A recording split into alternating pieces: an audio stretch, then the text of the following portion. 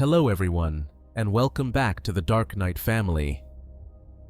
Tonight, we're venturing deep into the frozen silence of Alaska, where stories don't just haunt the night, they breathe through it. They say the cold keeps secrets, that when the wind howls across the tundra, it carries the cries of those who vanished, hunters, travelers, entire families, never to return.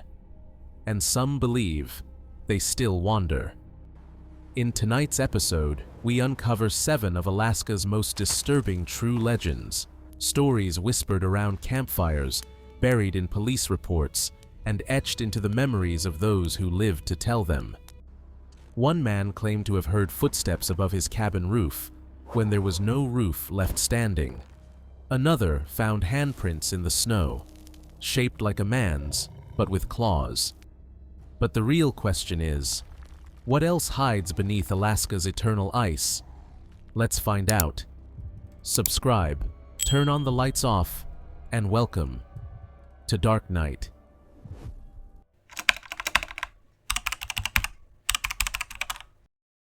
My name is Eli Peterson, and I've lived in Fairbanks, Alaska my entire life. Winters here aren't just cold, they're cruel. Everything you do revolves around surviving the next storm, the next power outage, the next blackout that leaves you alone with only the sound of the wind outside. But nothing prepared me for the winter of 2017. That year, an early freeze sealed the Tanana River before Halloween. I'd been trapping along the banks when I noticed something odd near the ice. A perfect circle carved clean through the frozen surface, like a hole burned by heat. Around it were prints, not human, not animal. Each one wide, deep, with 5 sharp indentations at the ends. At first, I thought it was a bear that had fallen through. But bears don't have hands. The next day, I came back with my brother, Mason. The hole was gone, refrozen solid. But in the ice, beneath the cloudy surface, was a faint outline of something long, something curled. And the strangest part? The ice above it was warm to the touch. The next few days, I couldn't stop thinking about what I saw under that ice. Mason told me to drop it, said it was probably just an air pocket or a frozen log. But I'd trapped that stretch of river for over 15 years. I knew every inch of it. Logs didn't look like that. By the 5th day, curiosity won. I went back alone, snow crunching under my boots, the kind of quiet that feels alive. When I reached the spot, I noticed something that made my blood run cold. The ice was thinner. A small crack ran through the circle we'd found, as if something beneath had moved. I dropped to my knees, scraping frost away with my gloves. The shape beneath had shifted closer to the surface. I could make out the curve of a spine and something like shoulders. Then, as I leaned in, a sharp crack split the silence. The ice beneath my hands flexed. I jumped back just in time to see a thin stream of dark water seep up through the crack, steaming against the frozen air. It smelled like iron and rot. That's when I realized the ice wasn't melting. It was breathing. I barely slept that night. Every time I shut my eyes, I saw that shape twisting under the ice, pressing closer to the surface. The smell of iron and rot still lingered in my nostrils. I told myself I wouldn't go back, but the next morning, I did. The wind was sharp, howling through the black pines like something alive. When I reached the riverbank, I froze. There were footprints in the snow, deep, fresh, and leading straight to the hole. They weren't mine, and they didn't come back. The ice had cracked open again, wider this time. The dark water inside rippled as if something had just submerged. I crouched down, holding my breath. The surface began to move, as though something massive was turning beneath it. Then I heard it. A faint voice carried through the wind. My name. Eli. It came from the river. I stumbled back, heart pounding, scanning the woods, Nobody was there. But that whisper had been real. And the voice? It sounded like Mason's. That night, I couldn't reach Mason. No calls, no texts. He lived 10 miles north, closer to the mountains, where cell signals die fast. By morning, I grabbed my truck and drove out through the frozen roads, snow crunching under the tires. When I reached his cabin, his truck was still there, but no sign of him. The door was unlocked. Inside, the fire was out, but a half-finished cup of coffee still steamed on the table. I called his name. Nothing. Then I noticed something strange near the door. Wet footprints leading inside. Human-shaped. Bare. They ended near the back door, which stood wide open to the cold.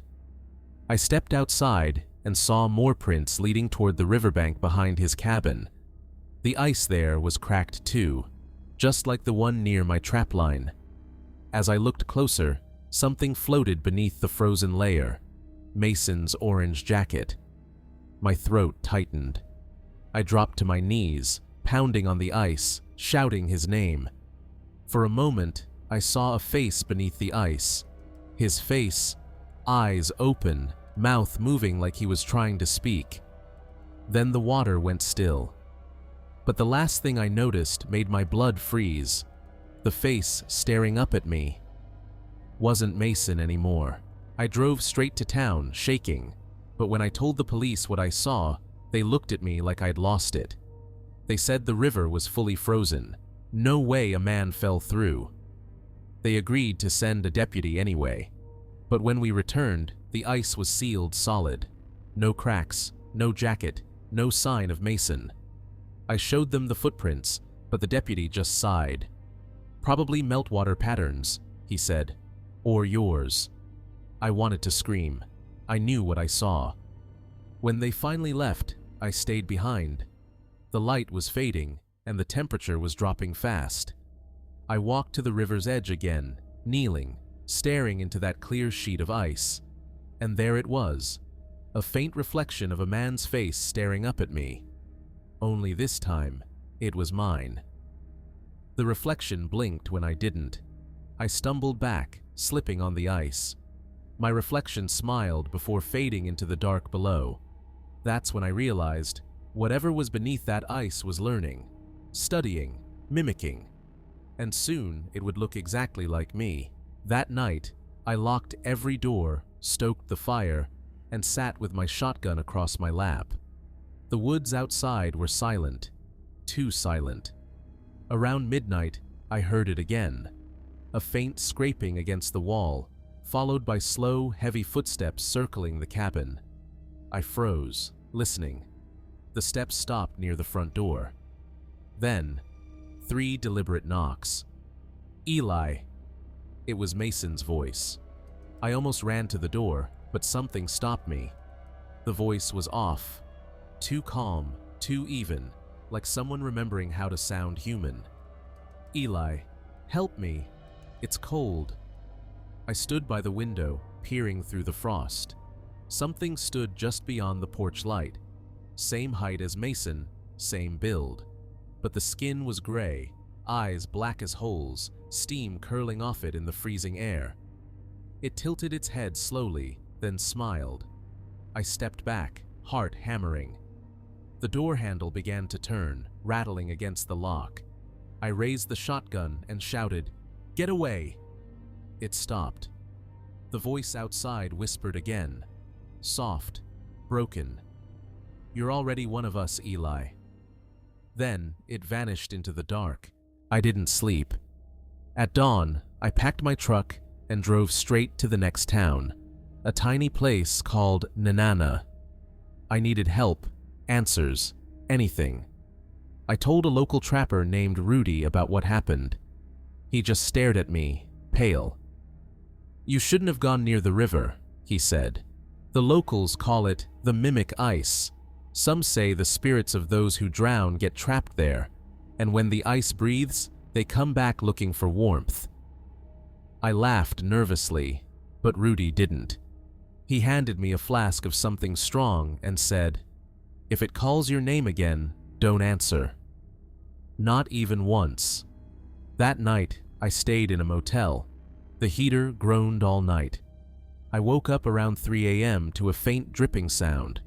Water, seeping under the door. I stepped out of bed and froze. The carpet was soaked, freezing cold, and a thin layer of frost was spreading across the floor toward me. Then, from inside the bathroom, came the whisper again. Eli. But this time, it wasn't Mason's voice. It was mine. I backed away from the bathroom door, shaking. The whisper came again, clearer this time.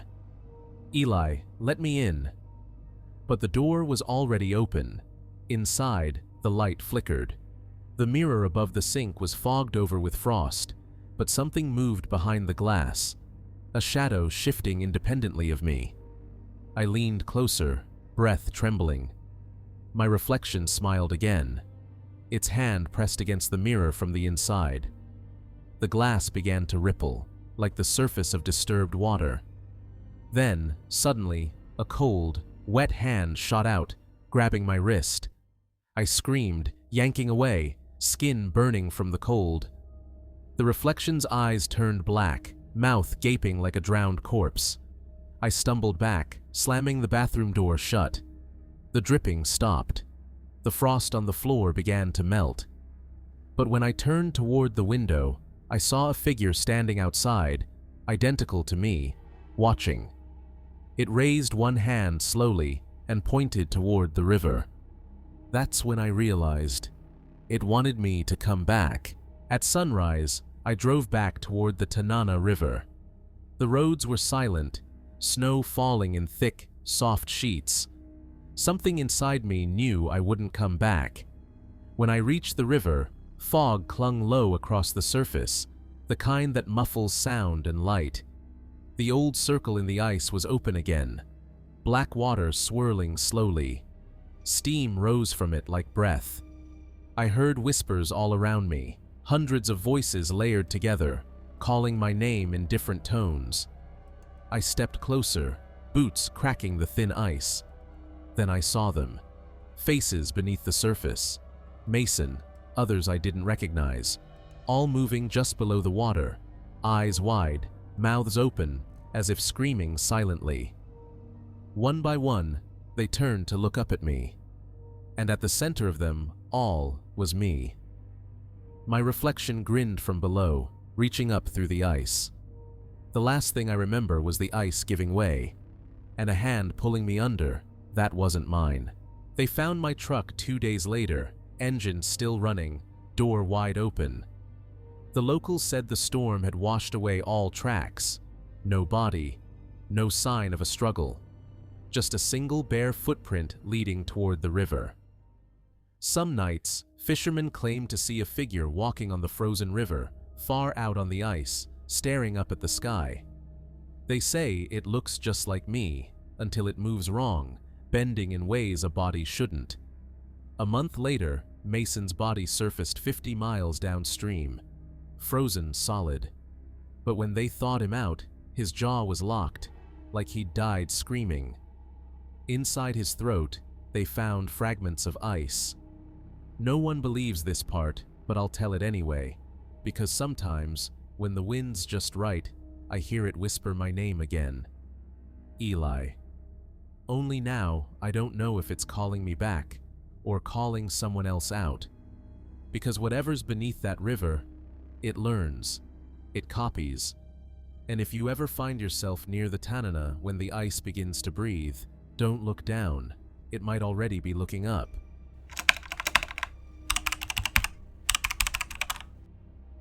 My name's Aaron Lewis, and I've lived most of my life working the canneries along the Alaskan coast. You get used to the silence here, the kind that presses against your skull until the only thing you hear is your heartbeat. But there's one sound that doesn't belong here, one I'll never forget. It started in 2019, the night my sister vanished. We were camping near the Chilkat River, just outside Haines. The night was calm, the moon laying a silver path across the black water. Around midnight, I woke to a sound that made my blood go cold. Her laughter. She was calling my name, her voice coming from the riverbank. But when I stepped outside the tent, she wasn't there. I followed the sound through the fog until I saw her, standing waist-deep in the icy current, smiling. But her eyes were wrong. Too dark, too wide. "Come in, Aaron," she said softly. I took one step forward before a hand yanked me back. It was my real sister, behind me, terrified. The thing in the water smiled wider, teeth long and sharp as broken shells. Then it sank beneath the surface. After that night, I couldn't stop hearing her voice. It followed me everywhere, in the hum of the wind, in the echo of dripping water. My sister refused to talk about it. She packed up and left Alaska within a week. But I stayed. I had to know what that thing was. Locals said it was the Kushtaka, a shape-shifting creature from Tlingit legend, part human, part otter, that mimics voices to lure people to their deaths. I'd heard stories before, but I never believed them. Not until that night. 2 weeks later, I returned to the same river. I set up camp again, determined to prove it was just stress, maybe a trick of sound. But when night came, the river began to move differently, like something was swimming just beneath the surface. Then, the laughter started again. Not my sister's, this time. Mine. The voice was identical. The same pitch, the same laugh. I stood frozen, flashlight shaking in my hand. The water rippled, and a pale, human-like face surfaced for a split second before sinking again. I ran back to my truck and didn't stop until the forest was behind me. I drove to a nearby village the next morning, desperate for answers. An old Tlingit woman named Nora ran a small shop there. When I told her what I'd seen, her face went pale. "You shouldn't have gone back," she said. "The Kushtaka remembers." She explained that the Kushtaka takes the voices of those who wander too close to its waters. It mimics loved ones, calling them by name until they step into the current. Once you hear your own voice, it means it's marked you. I asked her how to stop it. Nora handed me a small pouch made of sealskin. Inside was a mix of salt, crushed shells, and dried herbs. "Keep it with you," she said, "and never answer when you hear your voice." Not even once I thanked her and left. But halfway down the frozen road, my radio crackled, a burst of static, and then my own voice, clear as day. "Aaron, you forgot something." The voice came from the passenger seat. I turned. The seat was empty, but the sealskin pouch was gone. I slammed the brakes and jumped out of the truck. The road was silent, except for the slow whisper of falling snow. My headlights cut through the fog, revealing something that froze my blood. Footprints. They were wet, bare, and leading away from the truck, straight toward the woods. I followed them with my flashlight, every crunch of snow echoing through the night. The prints stopped at the riverbank. Something moved beneath the ice. A ripple, a shape, and then a voice. "Aaron, come home." It was my mother's voice this time. She'd been dead 5 years. I wanted to run, but the sound rooted me in place. The ice cracked, and a pale hand emerged, webbed between the fingers, dripping black water. Then another. The creature pulled itself up. Tall, gray-skinned, face stretched and smooth like an otter's, but disturbingly human. It smiled with a mouth too wide, full of serrated teeth. I ran for my life. By the time I reached town, I was shaking so hard I could barely hold the keys. The sheriff listened, but didn't believe a word. "You saw a seal or something," he said. "You need sleep." But I wasn't imagining things, because that night, someone else disappeared. A hiker named Brent. The police found his tracks near the same river, ending abruptly at the ice. I went with the search party the next morning. The hole where he vanished was huge, like something had burst through from below. Brent's backpack was half frozen into the edge of the ice. When I touched it, the leather was still warm. That's when I heard my voice again. "Aaron." It came from under the ice this time, faint, gurgling. I pressed my ear against the frozen surface. A face stared back at me from below. Mine, pale and warped. It mouthed something I couldn't hear. Then, it smiled. A sharp crack split the ice, and I stumbled back as freezing water burst upward. I barely made it to shore before it sealed itself again, smooth as glass. I couldn't take it anymore. I drove to my family's old fishing cabin deep in the woods. No neighbors, no power lines, no sound, but the fire crackling and the wind groaning through the trees. For 2 nights, it was quiet, peaceful. I almost convinced myself it was over. Then, on the 3rd night, I heard dripping water. I got up, thinking the roof was leaking, but the sound was coming from inside the cabin, from the closet.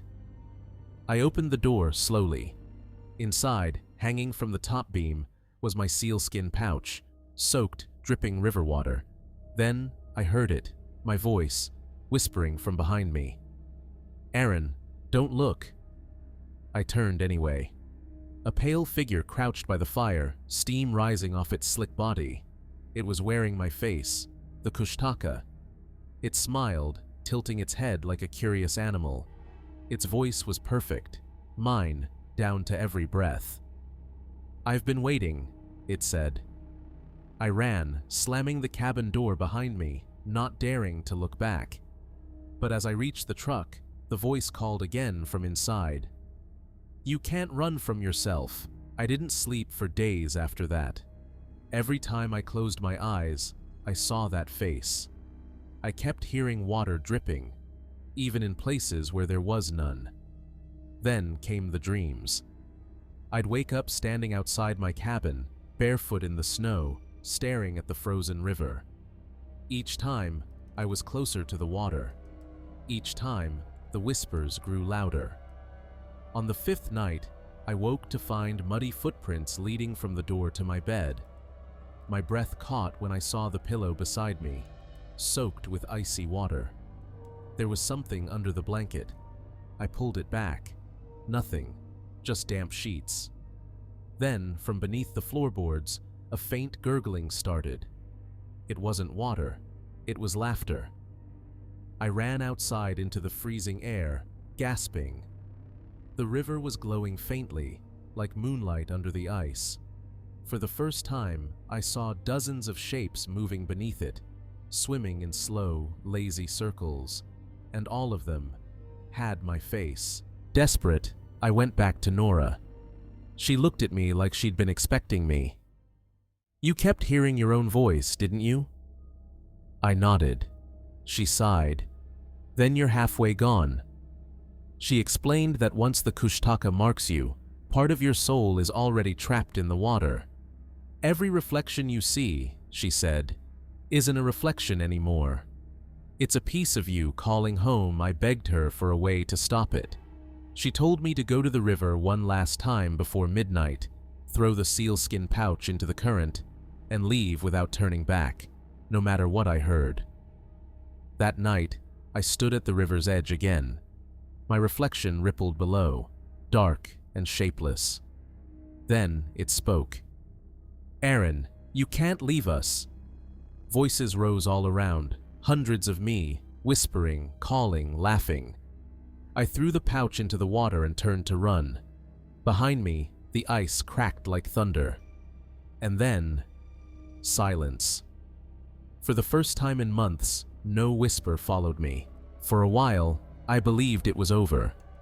The nightmares stopped. The whispers faded. I moved inland, away from the rivers, took a job at a logging camp. Then one evening, I caught my reflection in a window. For a second, it didn't move with me. It smiled. The next day, strange things started happening. Co-workers said they saw me walking near the edge of the woods, even when I was in the mess hall. One said he heard me calling from the river miles away. I didn't believe them until I saw it myself. Across the clearing stood someone who looked exactly like me. Same jacket, same gloves, same scar above the eyebrow. He lifted a hand and waved slowly. Then he turned and walked into the trees. I followed the footprints until they disappeared in the snow, right at the edge of a frozen stream. The water below was rippling. I'm writing this now because I don't think I have much time left. The thing wearing my face is getting closer every day. Sometimes I hear it outside my cabin, whispering softly, "Let me in." Last night, I woke to see water dripping from the ceiling again. The floorboards were slick beneath my feet. I looked into the mirror and saw it behind me, my double, smiling. It spoke with my voice, but older, slower. "You can't hide from the river." The mirror cracked, water spilling out of it like a burst vein.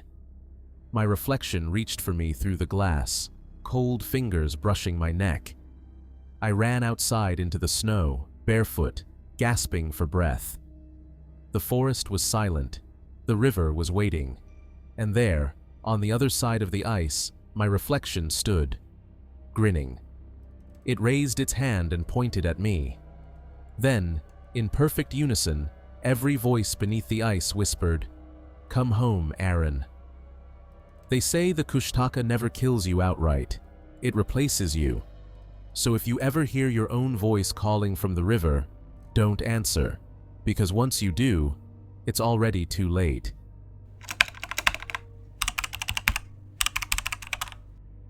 My name's Noah Grant, and I've worked as a park ranger near Denali National Park for over a decade.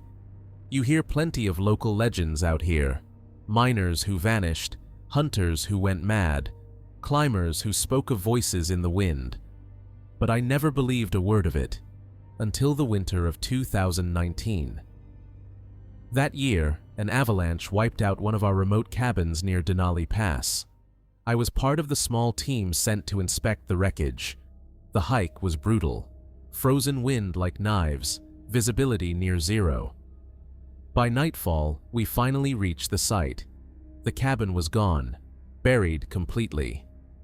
Only the roof's edge poked through the snow. We set up camp nearby, but as darkness fell, I started hearing something strange. It wasn't the wind. It was whistling. Long, slow, like someone calling from far away. At first, I thought it was one of my crew, but when I called back on the radio, everyone denied it. Later that night, as I stepped out of my tent to check the perimeter, I saw movement on the ridge above. A tall silhouette stood against the snow, unmoving, just watching. Then it started to whistle again. That sound followed us the entire night, sometimes distant, sometimes close, like it moved around us in circles. Every time it started, the dogs began whining, tails tucked, refusing to move. By morning, the whistling stopped, and so did the wind. It was unnaturally still. We dug into the wreckage of the cabin, but there was almost nothing left. Splintered beams, torn sleeping bags, and frozen food containers scattered in the snow. Then, I found something that made my stomach twist. A radio, still working, half buried in the ice. I turned the dial, and through the static came a faint sound. That same whistling tune. My partner, Daryl, thought it was a signal interference. But the longer we listened, the clearer it got. And then, between the whistles, we heard something else. A voice. A whisper so faint, it sounded like it came from right behind us. I spun around, but there was no one there. Just endless snow and a faint trail of prints leading away from the wreck. Long, narrow footprints spaced too far apart for a man. They led toward the ridge, and even though the wind was dead silent, the whistling had returned. We followed the prints against better judgment. Rangers aren't supposed to chase shadows, but that trail, it felt wrong to ignore it. It zigzagged through the trees, across frozen streams, and up a narrow incline. Every few minutes, we'd lose it in drifting snow, only for it to appear again ahead, like it was leading us somewhere. After about 2 miles, the air grew heavy. No sound, no birds, no wind. Just our crunching boots and our breath freezing in the air. The prince finally stopped near a large boulder shaped like a human face. That's when Daryl pointed at something behind it. I'll never forget that sight. A door. Not a real one, but carved straight into the mountain rock, covered in snow and strange markings. Circles and lines etched deep, almost glowing faintly under the ice. Before I could react, that whistle started again.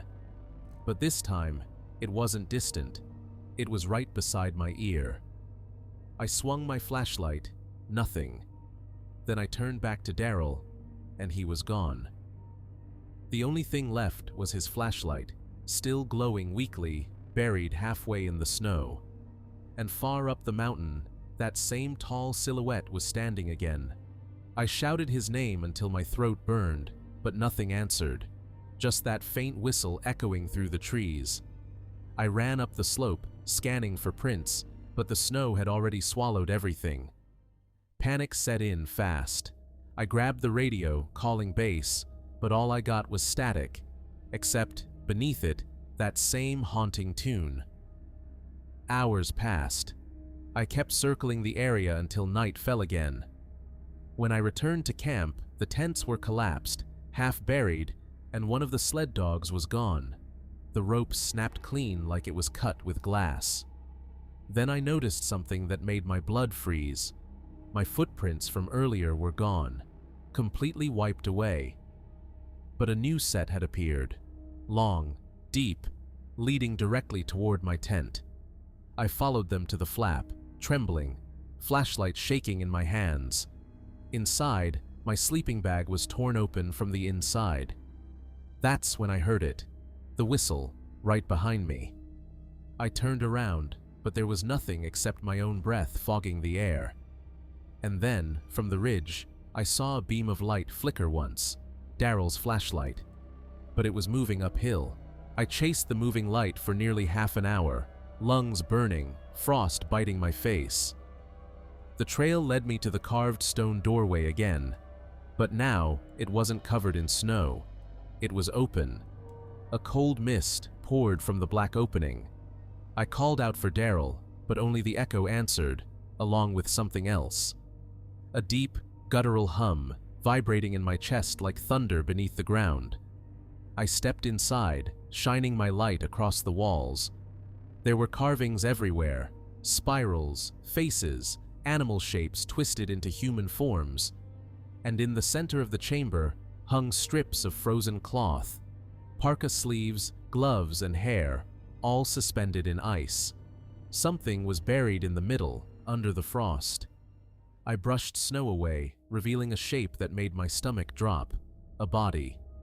Frozen stiff, mouth open in a silent scream, eyes wide. The parka had a name tag, Daryl. That's when the whistle came again, but now it was all around me, bouncing off the walls. I spun, light flickering, and in that brief moment, I saw something standing behind the ice. Tall, thin, mouth stretched impossibly wide, and it was smiling. I stumbled backward, hitting the cave wall. The ice cracked, a low groaning echo filling the chamber. The figure behind the frost tilted its head, still smiling. Then the whistle began again, deafening now, vibrating through my bones. The ice shattered, spraying shards across the floor. The figure stepped out, long, pale limbs, skin stretched like wet leather, eyes hollow. When it breathed, frost poured from its mouth. It mimicked me. Every move I made, every sound I uttered, it repeated with that same distorted whistle. I ran. My boots slipped, flashlight clattering. As I scrambled toward the exit, it moved. Not walking, but gliding. Every flicker of my light showed it closer, reaching out with blackened fingers. I barely made it outside before collapsing in the snow. The mountain was silent again. When I turned back, the entrance was gone. Just rock, as if it had never existed. But the prints behind me in the snow weren't mine. They were still wet. I stumbled all night back toward camp. Every gust of wind carried fragments of that tune. When I finally saw the outline of the tents again, relief washed over me until I saw the tracks. Dozens of them. Human-like, circling the camp in wide arcs. None led away. The remaining dogs were gone. Supplies torn open, food scattered, radio frozen solid. As I dropped beside the fire pit, I saw something half buried in ash. A tooth. Human. I tried to start a fire, but my lighter refused to spark. The dark pressed in, suffocating, and then, faintly, from the tree line, that same whistle. But now, more than one voice joined it. High-pitched, echoing, layered in harmony. Shapes moved between the trees, tall and thin. Their heads turned in perfect unison. The sound grew louder, closer, until I couldn't tell if it was outside or inside my head. So I ran. I didn't care where. I just ran until my lungs screamed. And when I looked back one last time, they were standing in the distance, motionless, heads tilted, watching. I don't remember much after that night. When the rescue team found me 3 days later, I was half buried in snow, miles from base. They said I was hypothermic, delirious, mumbling about whistlers in the snow. They found Daryl's broken radio near where we camped, but no trace of him. Just his flashlight, still flickering faintly in the snow. I was sent home to recover, but the nightmares never stopped. I'd wake to that same faint tune, sometimes from my window, sometimes from the hallway. The Park Service wrote the incident off as avalanche trauma, but locals started whispering again, saying the whistlers were awake, that when the snow sings at night, it means someone's been taken. Last week, a new ranger went missing near the same ridge. The last message from his radio was a short, faint sound, a low, drawn-out whistle. It's been 2 years since then, and I thought I'd finally escaped it. But this winter, the whistling came back. It started one night while I was fixing the generator. The wind outside was dead still, but through the hum of the engine, I heard it again. Faint, melodic, rising and falling like breath. I shut off the generator and listened. The sound was coming from outside, from everywhere. I stepped out onto the porch, flashlight trembling. Snow fell slowly, thick and soft, and then I saw them. 3 figures standing just beyond the tree line, motionless, faces white against the dark. I shouted, but they didn't move. Then, one by one, they began to tilt their heads. The middle one stepped forward, lifting something in its hand. A flashlight. Daryl's flashlight. I dropped my light and ran inside, slamming the door. But the sound didn't stop. It grew louder, shaking the windows, vibrating the floorboards. I grabbed my rifle and aimed at the door, heart pounding. Then, suddenly, silence. For nearly a minute, not a sound. Then, a soft knock, 3 taps, slow, rhythmic. I froze. Then came the whistle, this time right outside the wall. It circled the cabin, drifting around like a song carried by something unseen. And then, a voice whispered from the crack beneath the door. "Cold. Enough. Yet." The lights flickered. The walls began to creak. I backed away slowly and saw frost spreading across the windows from the inside. That's when I realized the sound wasn't coming from outside anymore. It was inside the walls. I don't remember what happened next. I woke up 2 days later in the hospital.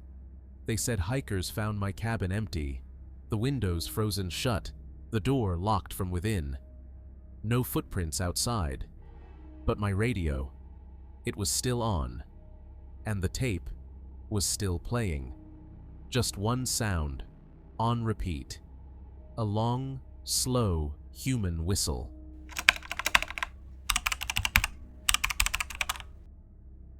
My name's Lauren Beckett, and for 15 years I've worked the night shift at the small weather station outside Nunavut Bay, Alaska. Out here, the sky is everything. Storms, auroras, radio signals. They're our whole world. But on January 4th, 2020, I saw lights that weren't any of those things. It started just after midnight. The monitors flashed static, then went black. I stepped outside to check the antenna and froze.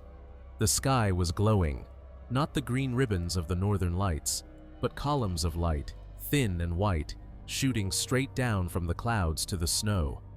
They swayed slowly, like they were searching. For a moment, I thought it was military testing, but the air was dead silent.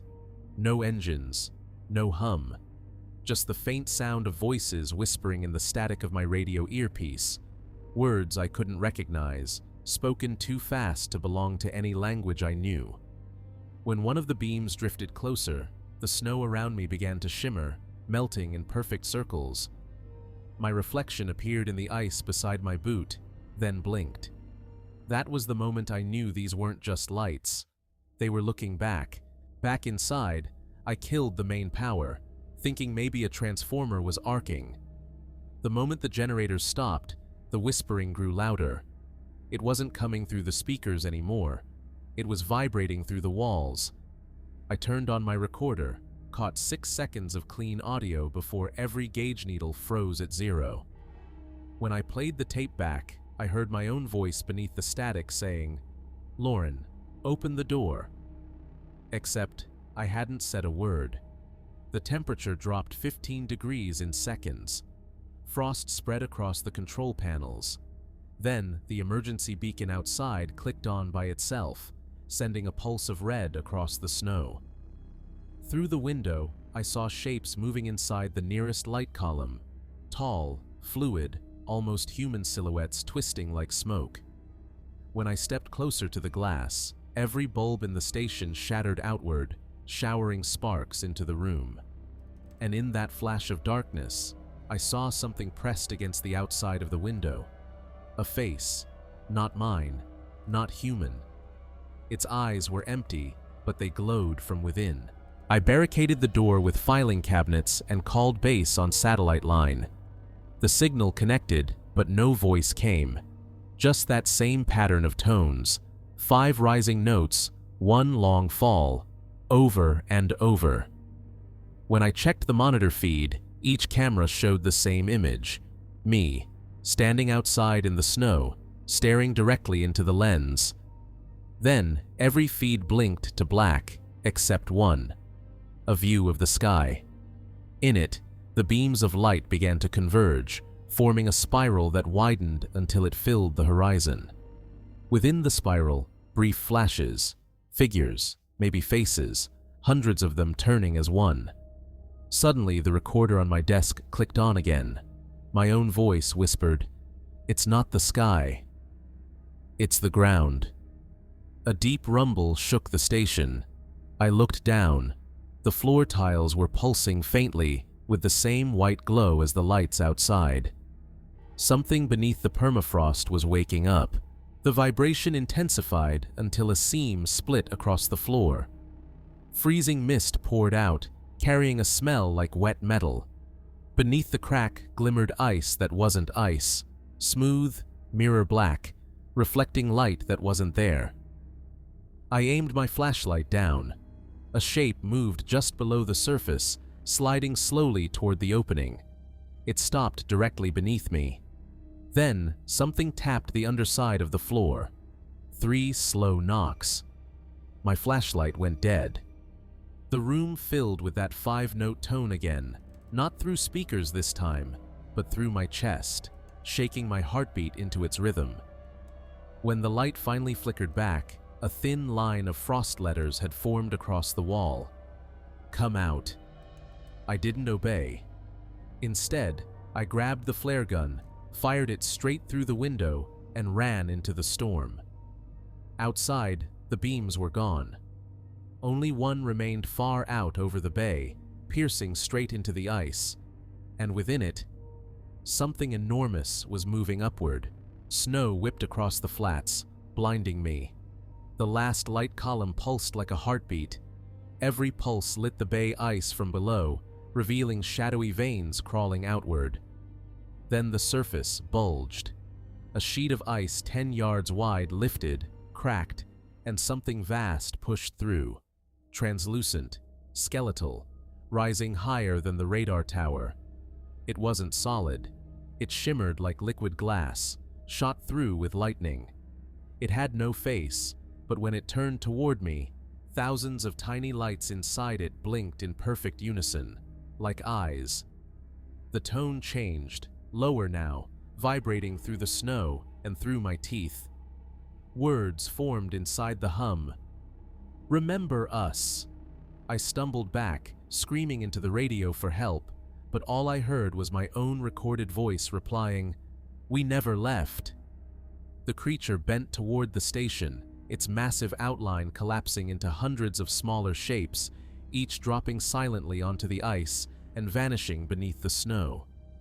The beam faded, the bay went dark, and the only sound left was the wind finally returning. By dawn, the storm cleared. I radioed headquarters again. This time someone answered, but their voice was mine. They repeated my report word for word before the line cut. When the rescue crew arrived 12 hours later, they found the station intact, equipment normal, but my recorder contained 6 hours of transmission data no one had sent. In the spectrogram, hidden inside the frequencies, was an image, the bay, and beneath the ice, rows of glowing forms shaped like people, standing upright, perfectly still. The locals in town refused to go near the shoreline after that. Elders called them the Remembered Ones, spirits of those claimed by the ice who speak through the northern lights. Sometimes, on clear nights, I still see the beams far out on the horizon. They move slowly, like fingers searching, and when my radio hisses to life on its own, I hear that same tone. 5 rising notes, 1 falling, always followed by a whisper that chills me to the bone. "We found you again."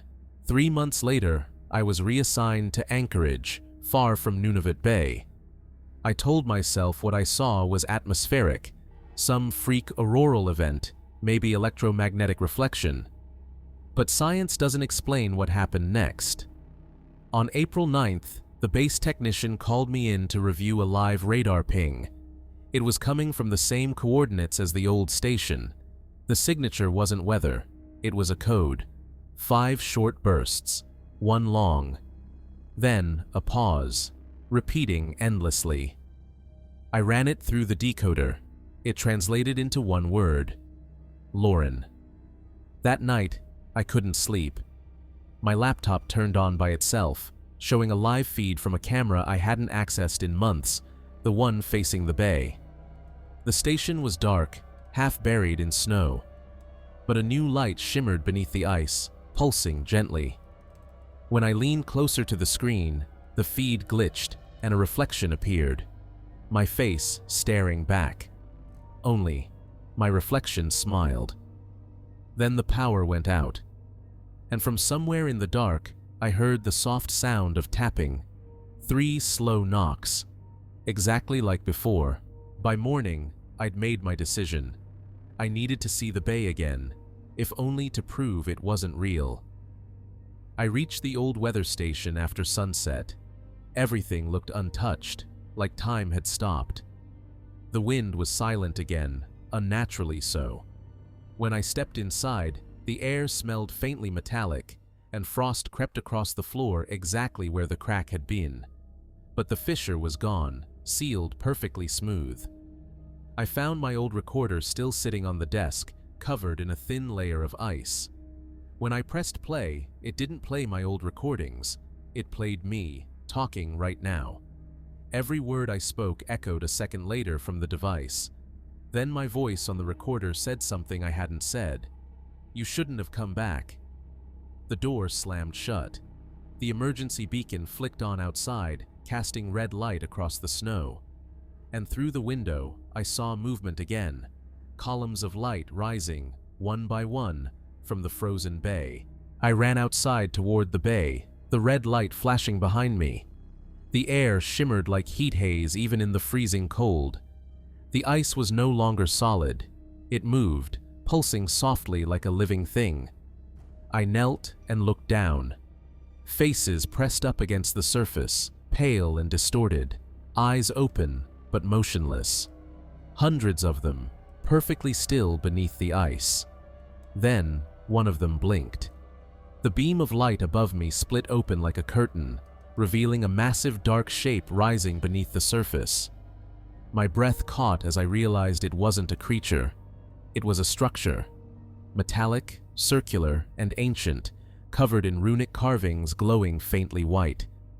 My voice recorder switched on by itself again and whispered, "We built it to remember." Suddenly, my reflection appeared in the ice beside the faces, staring back up at me. Only, she moved before I did. She reached out, pressed her palm against the ice from the inside, and I felt the cold touch mine. The world tilted. Then, everything went dark. When I woke, I was inside the station again, but the lights outside were gone. Everything was silent except for the hum of the old radio transmitter, running by itself. The microphone clicked, and a voice came through. My own. It said, "Transmission received. We're home." I stared at the bay through the window.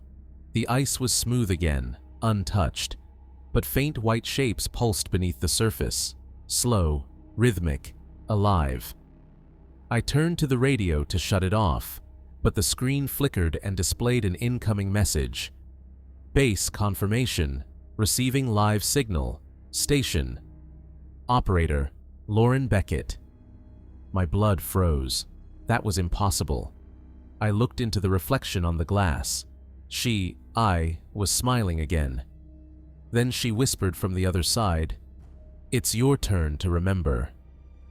The lights outside flared one last time, brilliant and silent. The station shook violently, and the glass around me turned to frost. When the rescue team found the site 3 days later, the station was empty. Only the recorder remained, repeating the same loop of static and tones, 5 short notes, 1 long, and faintly, beneath the static, a voice whispering, "We never left."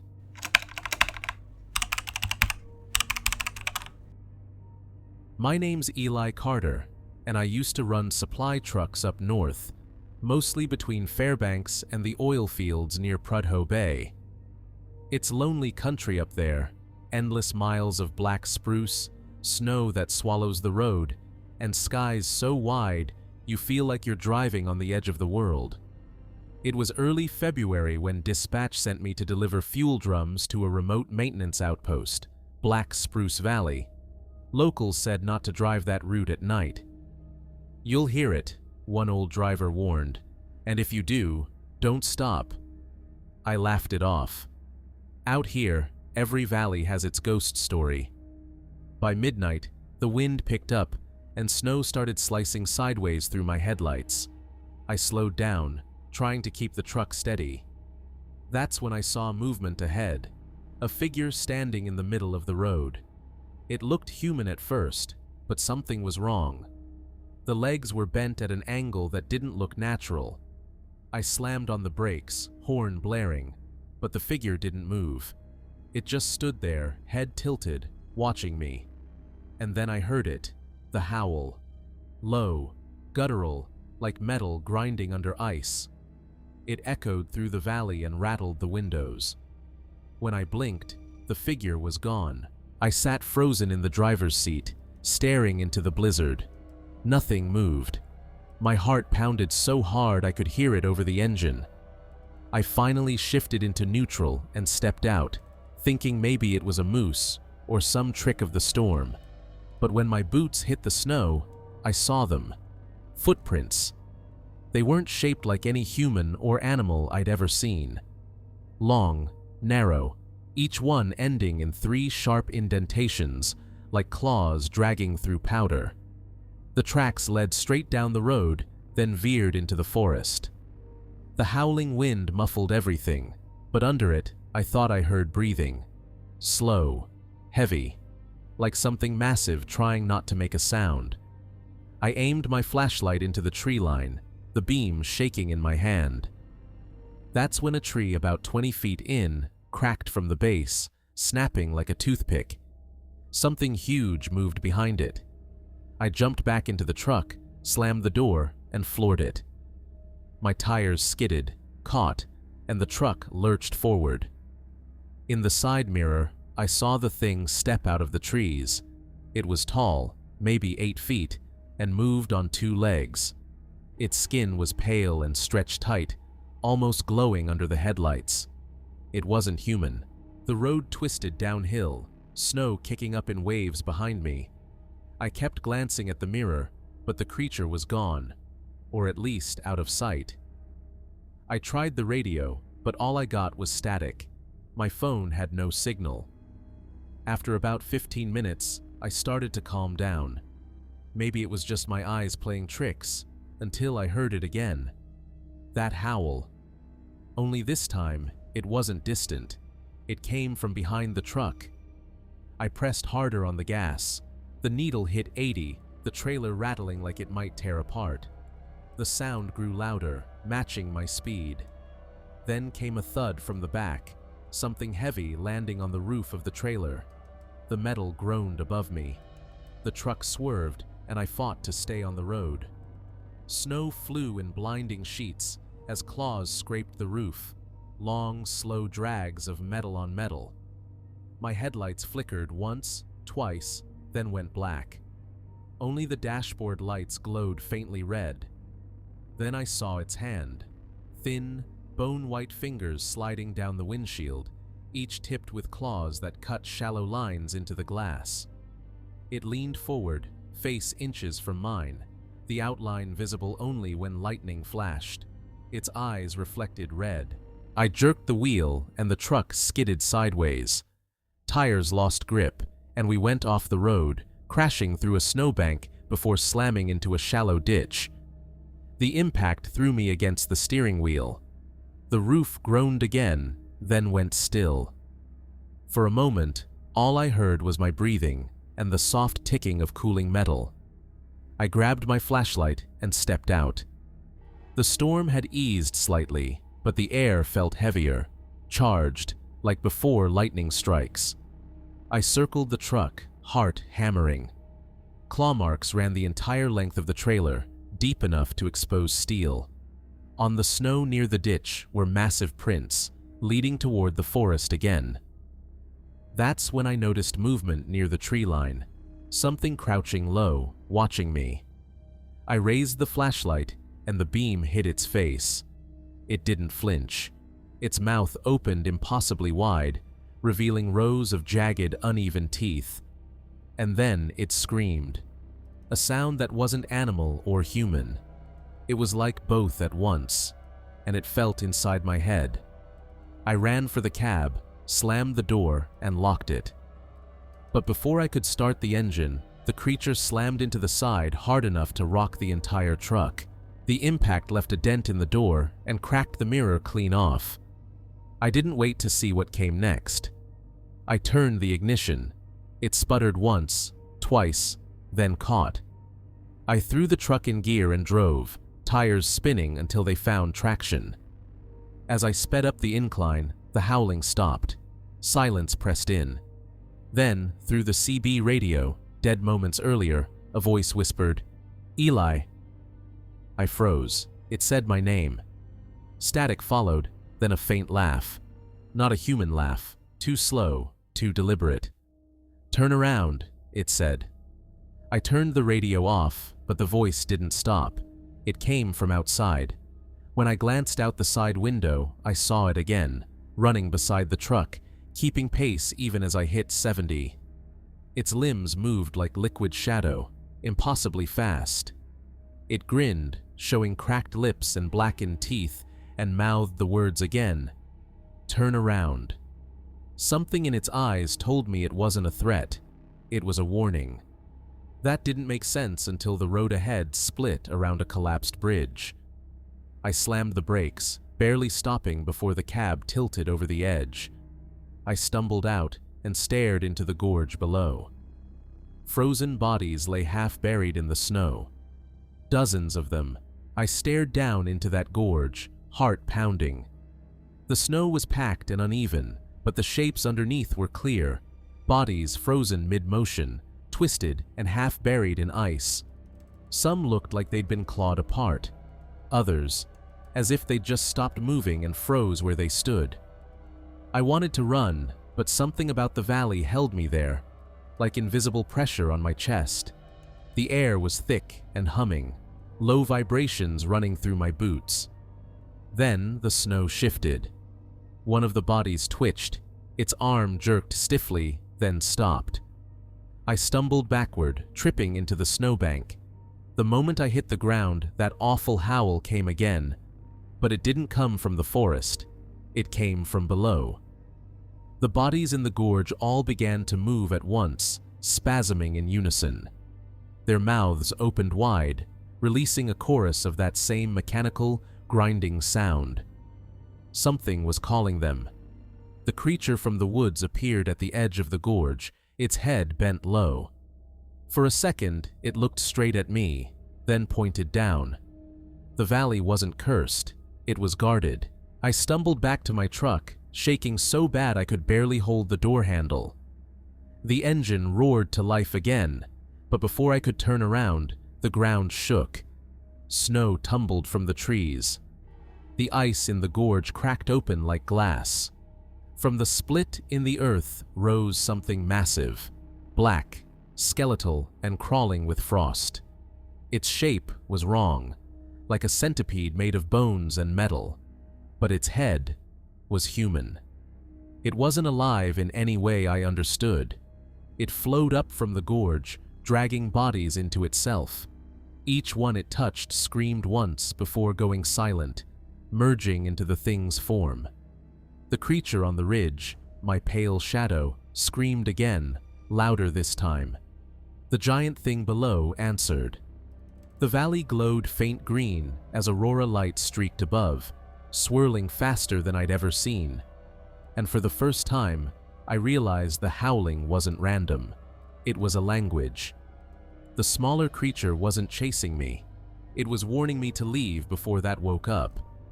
I slammed the truck into reverse, tires slipping and screeching on ice. As I tore down the road, the gorge behind me exploded in white light. I drove through the storm without stopping, without blinking.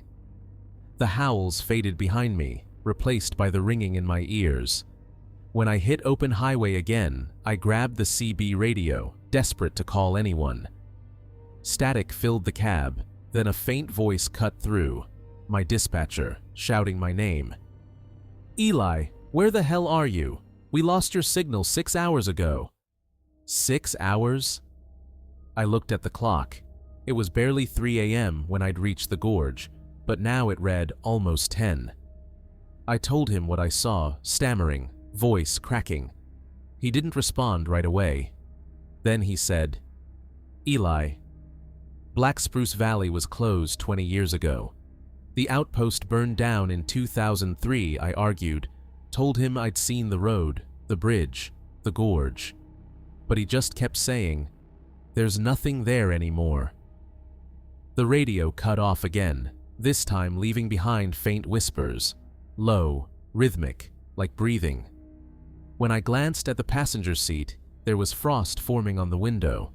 Words appeared, written from the inside. "Don't stop." I didn't stop until I saw the first gas station outside Fairbanks. The sky was bright gray, morning creeping in.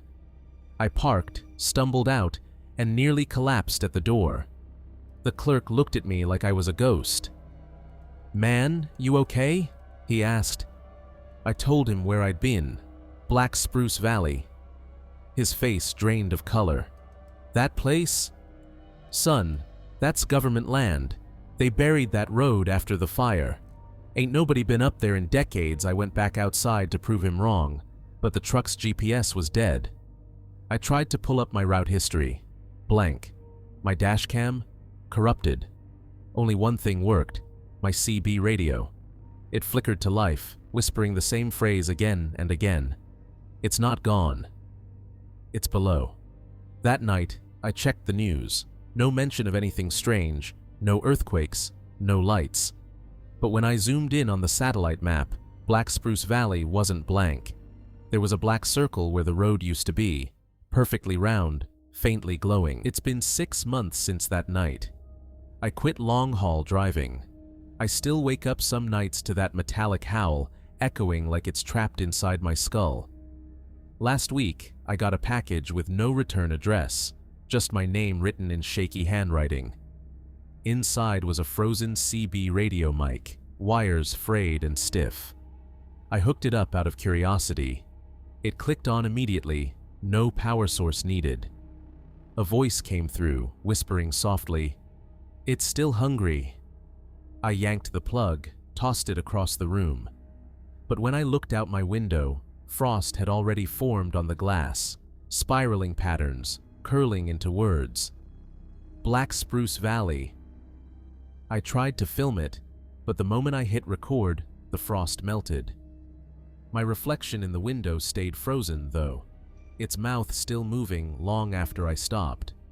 Sometimes, when the wind blows from the north, I swear I hear that same howl again, low, metallic, and deep. And every time I look toward the tree line, there's a figure watching me, tall, pale, still, waiting for me to come back.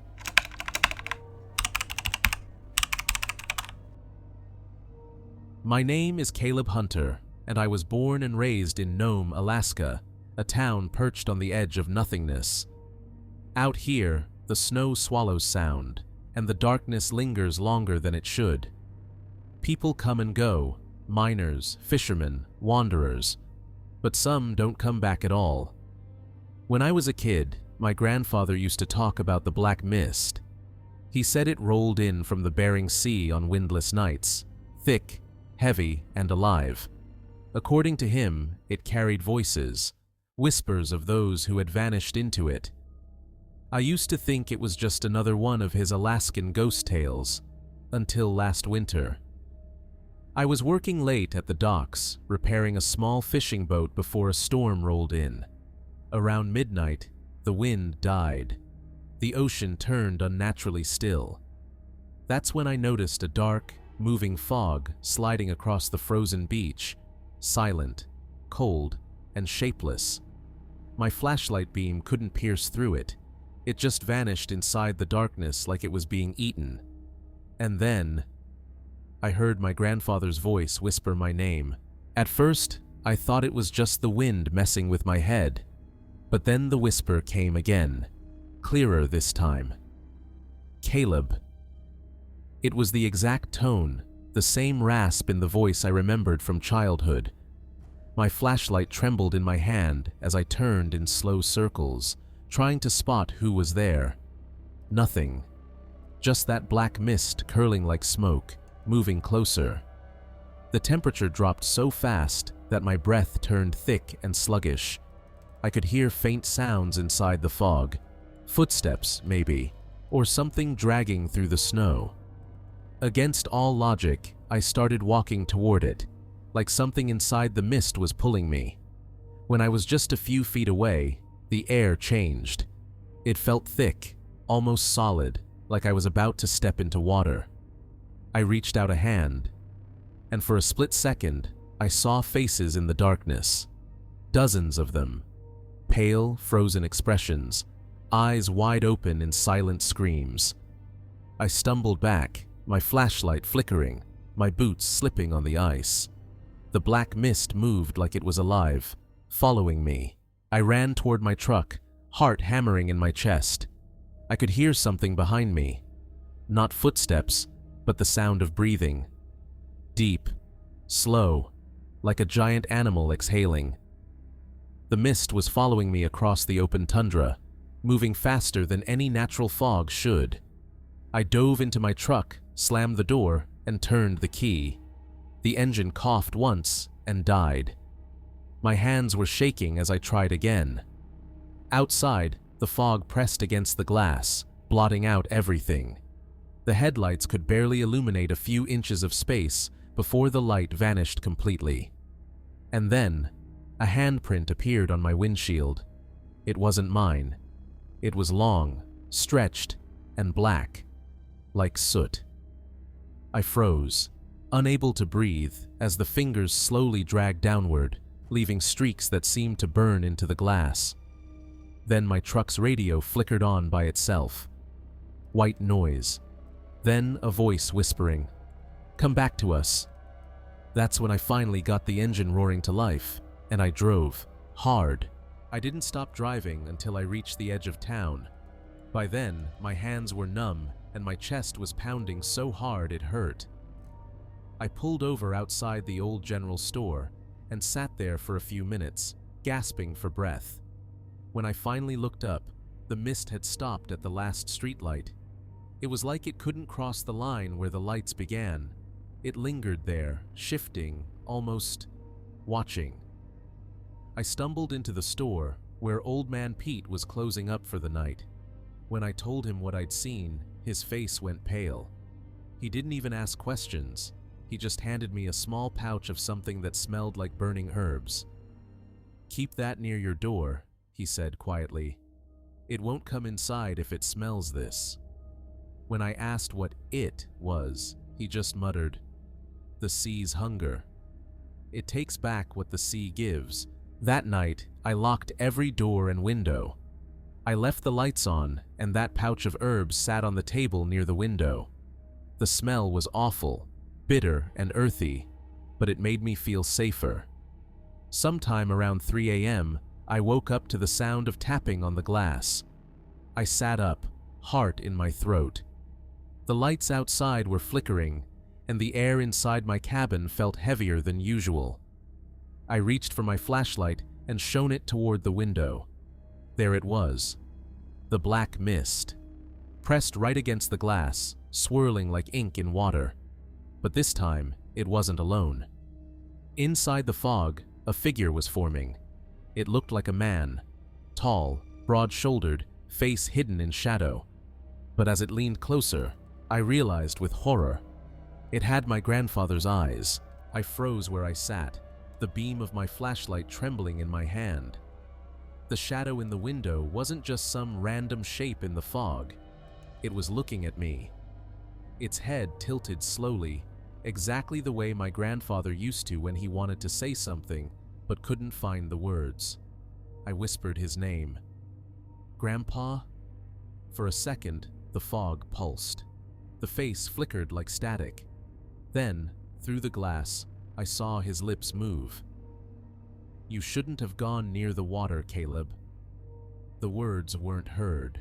They were inside my head. I stumbled backward, knocking over a chair. The smell of the burning herbs grew stronger, the pouch on the table beginning to smoke on its own. The mist recoiled from the window, writhing like it was in pain. Suddenly, the air pressure changed. The cabin breathed. I swear the walls flexed as a low moan echoed outside. The window frosted over completely, covering the last trace of the face. I ran to the door to double-check the locks, but the handle was ice cold. There were faint black smears on the wood, shaped like handprints. That's when I realized something awful. The fog wasn't just outside anymore. My breath condensed in midair, too close. The temperature inside the cabin had dropped nearly 20 degrees in seconds, and then, behind me, I heard the unmistakable sound of floorboards creaking. Slow, deliberate, like someone was walking barefoot across the room. I spun around, shining the flashlight toward the sound. Nothing. The cabin looked empty, but the light began to flicker, dimming each time I took a breath. The smell of salt water filled the room, sharp and wrong, like sea rot. Then I saw it.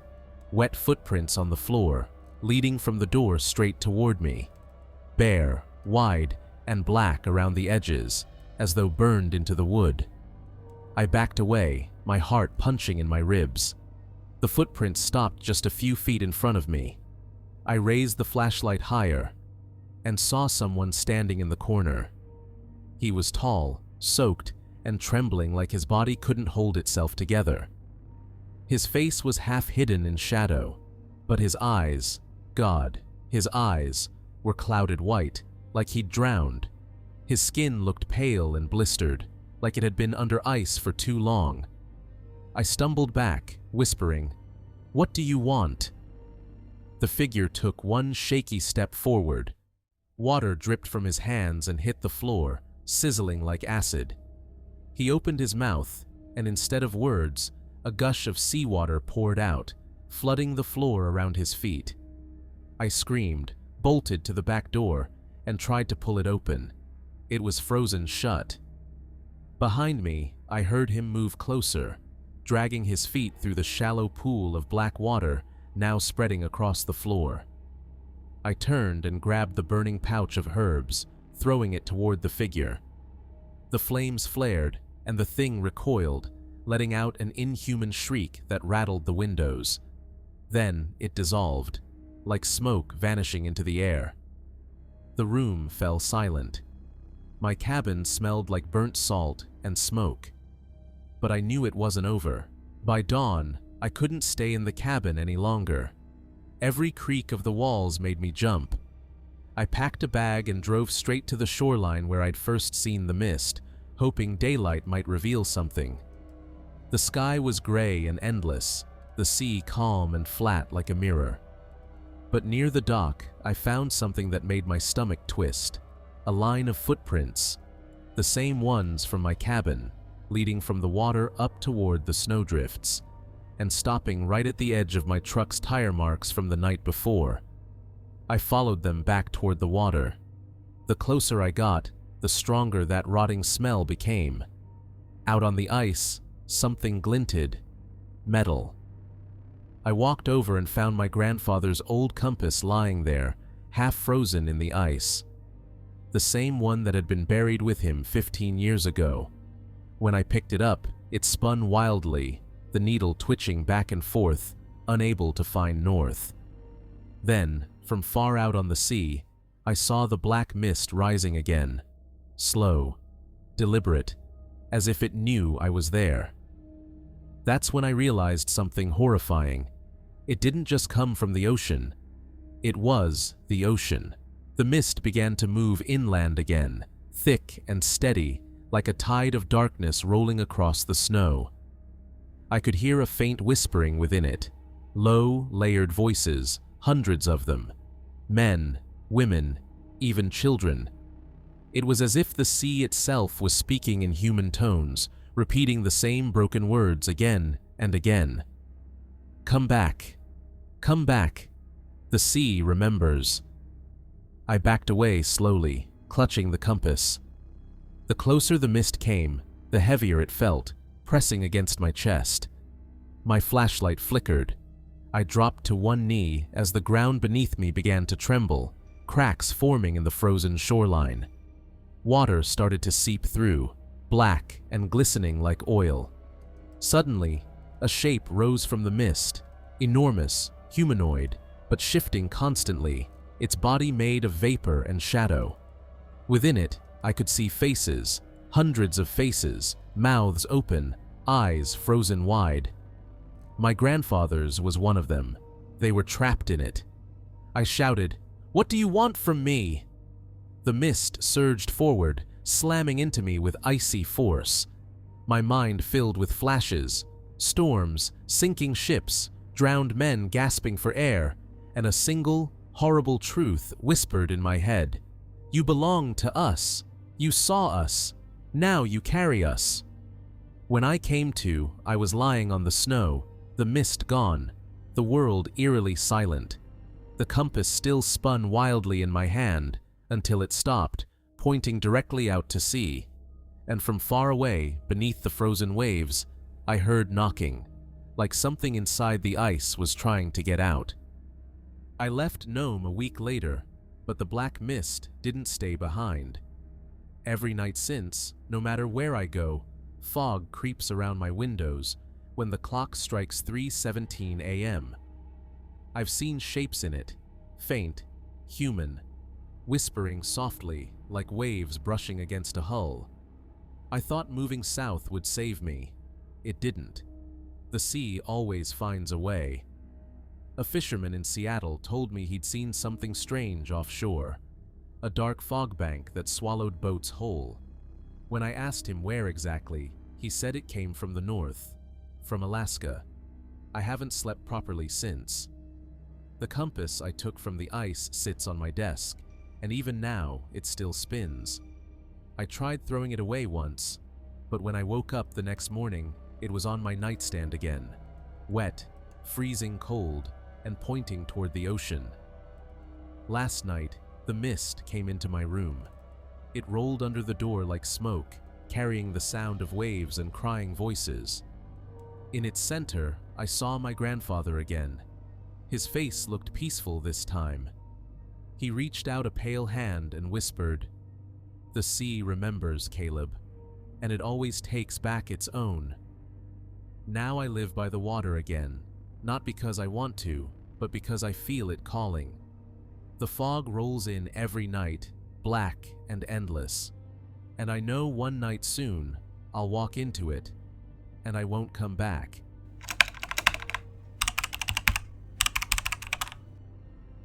My name is Aaron Lewis, and I work as a wildlife researcher for a small environmental team in Alaska. I've spent most of my adult life in the wilderness, but nothing, not the storms, not the isolation, ever scared me as much as what I found near Denali last spring. We were studying snow patterns deep in the backcountry, far from any marked trails. One evening, as the sun dipped behind the peaks, my GPS died. I decided to head toward what looked like a clearing for shelter. That's when I saw it. A small cabin, half buried in snow, hidden beneath twisted black pines. It looked ancient, like it had been standing there since before anyone remembered. There was no smoke, no footprints, nothing to show someone lived there. But through the frosted window, I saw faint candlelight flickering inside. Relief washed over me, until I realized something strange. The flame didn't move like normal fire. It pulsed, slow, rhythmic, almost like it was breathing. I knocked on the door, but no one answered. I turned the handle, and the door creaked open on its own. The air inside the cabin was warmer than I expected. Too warm. The smell hit me first, a strange blend of burning wax and something metallic, like old blood. I pulled off my gloves and felt the heat radiating from a small oil lamp sitting on a wooden table. Its flame flickered even though there was no draft. The walls were covered with carvings, names, dates, symbols I didn't recognize. Some were crossed out, others looked fresh, the cuts still sharp. There was a single bed in the corner, the blanket neatly folded. Whoever lived here had left in a hurry, or maybe never left at all. I found a journal sitting near the lamp, its pages brittle and yellow. The first entry read, "The voices started again last night. They said the snow remembers." My hands trembled as I turned the pages. The entries grew more frantic, the handwriting messy and jagged. The final page ended mid-sentence.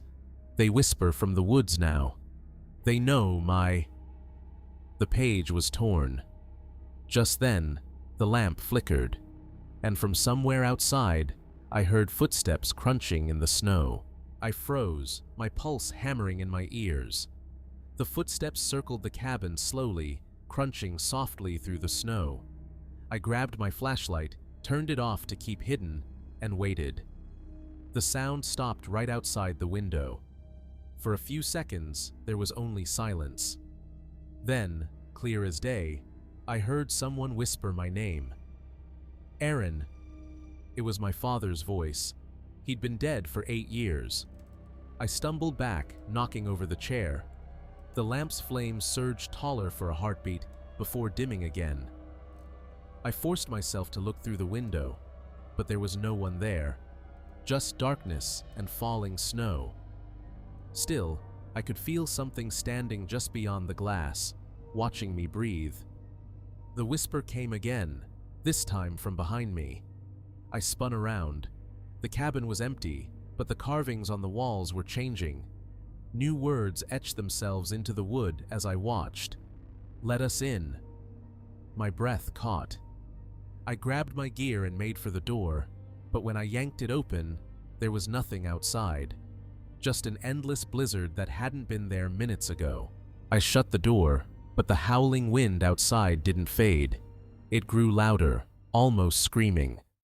The walls began to tremble as snow lashed against them. I shoved a chair under the handle and sank to the floor, my flashlight trembling in my hand. Then came the knocking. Soft at first, then louder, relentless. I screamed, "Who's there?" The knocking stopped instantly. The silence that followed was worse. I could hear faint whispering just beyond the walls. Dozens of voices overlapping, murmuring things I couldn't understand. The air turned thick, my breath fogging even though the lamp burned bright. I tried to radio my team, but all I heard through the static was my own voice whispering back, "Don't leave." Not yet. The lamp flared, then went out. Darkness swallowed me. The whispers grew louder, clearer, pleading, crying.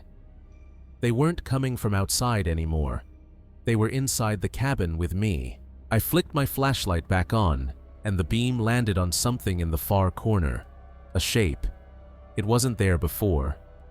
My throat went dry. The shape was human, but barely. It was crouched low, its skin pale and stretched, its hair long and matted with frost. Its eyes snapped open, two hollow pits that reflected no light.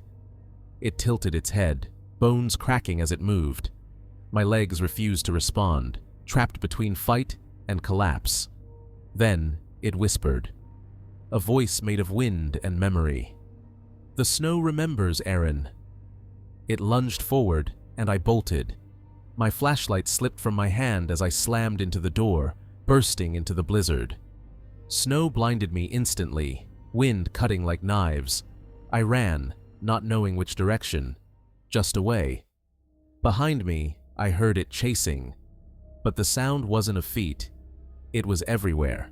The next morning, I woke up in a panic. My phone battery had died overnight, and my body ached like I'd been running for miles. But what really made my stomach drop was the set of footprints leading away from my tent, not human ones.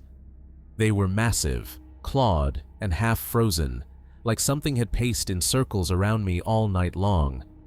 I checked the rifle, still loaded. The lantern burned out.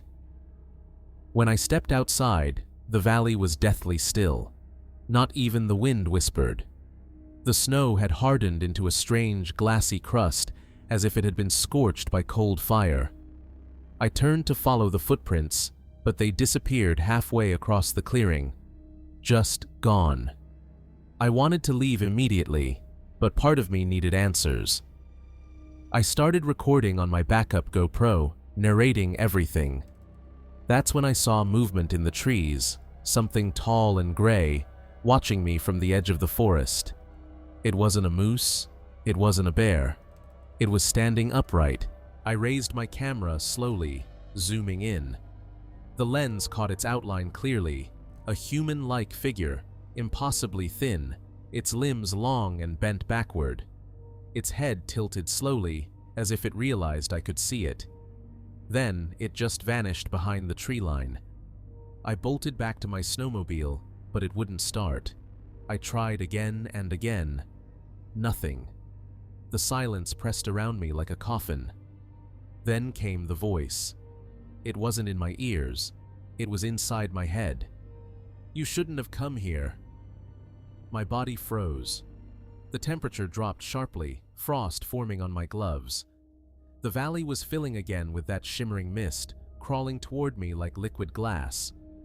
I abandoned the snowmobile and ran, Uphill, through the deep snow, heart pounding, lungs burning.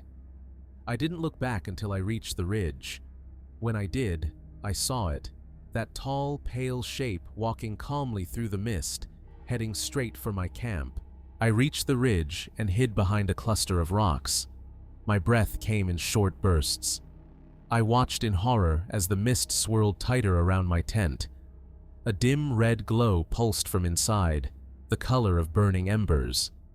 Then, one by one, my belongings began to lift slightly off the ground, as if gravity had lost its grip. My tent crumpled inward like paper, the glow fading to black. The voice came again, fainter but closer this time. "Leave this place, or stay forever." That was enough. I didn't care about the snowmobile or my gear anymore. I climbed higher and kept walking toward the nearest ridge that led back to town. The terrain grew rougher, sharper, as if the mountains themselves were pushing me away. I fell twice, cutting my hands, but I didn't stop until I saw the faint lights of Nome flickering far away in the distance. When I finally stumbled into a ranger station at dawn, my lips were blue, and I couldn't speak for several minutes. The ranger thought I was hypothermic, but all I could whisper was, "There's something in that valley." For weeks after, I couldn't sleep. Every time I closed my eyes, I heard the wind whispering in that same voice. The rangers sent a team to investigate the valley, but when they returned, they said there was no sign of my camp, or any footprints at all. It was like I'd imagined everything. But then, one of the rangers, a woman named Avery, pulled me aside. She showed me something she'd found on her trail cam.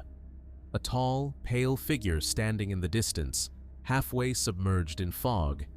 Its face was featureless, like smooth ice. Avery told me that the locals call it the spirit of the frozen valley.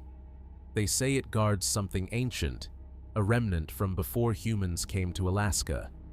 It doesn't want to be disturbed, and those who enter its valley never leave unchanged. That night, I packed my things and left Nome. I never went back. But even now, years later, whenever I see a frozen valley or fog rolling across the tundra, I swear I can hear it again, whispering softly, "You shouldn't have come here." It's been 5 years since that night. I live in Anchorage now, far from the wilderness, but I still wake up cold, like something is standing beside me. I don't hike anymore, and I avoid places with heavy fog. Last winter, Avery sent me one final message before she disappeared on patrol. A single photo. It was the valley again, and my old tent, still standing, glowing red through the mist. That's when I realized something that chilled me more than any Alaskan winter ever could. That valley doesn't just keep what enters it, it remembers.